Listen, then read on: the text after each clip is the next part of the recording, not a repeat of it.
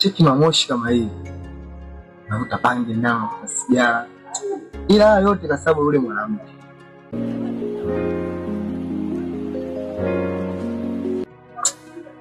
Ila ndugu yangu, ngoja nikwambie kitu. Hii dunia ni kubwa sana na wanawake wako wengi sana.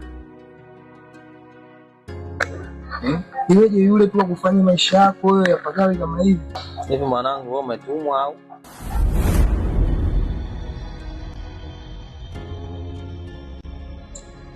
Kweli nimetumwa, na kama kutumwa, nimetumwa na Mwenyezi Mungu.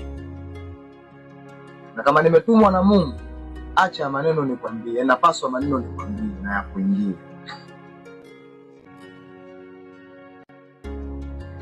Wewe kinachokupasa sasa hivi, achana na mambo ya sigara, achana na mambo ya bangi hayo. Haya mambo yalikuwa achana nayo.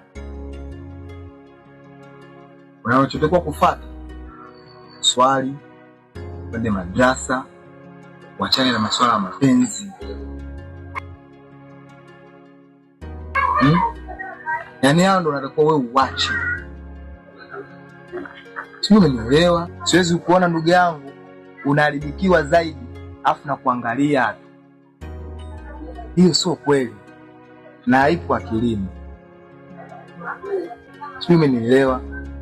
Hicho tu ninachokwambia, afu nakwambia unaendelea kuvuta manani yako.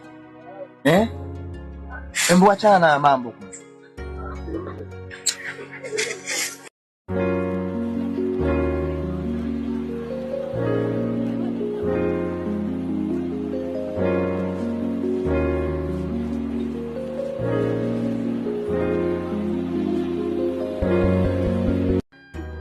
Wengine ametumwa nini hawata.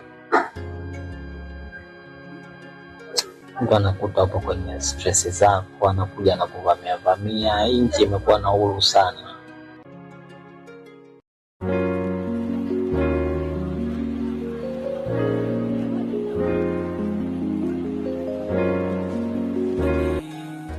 Ya Ramadhan, ya Ramadhan, ya Ramadhan.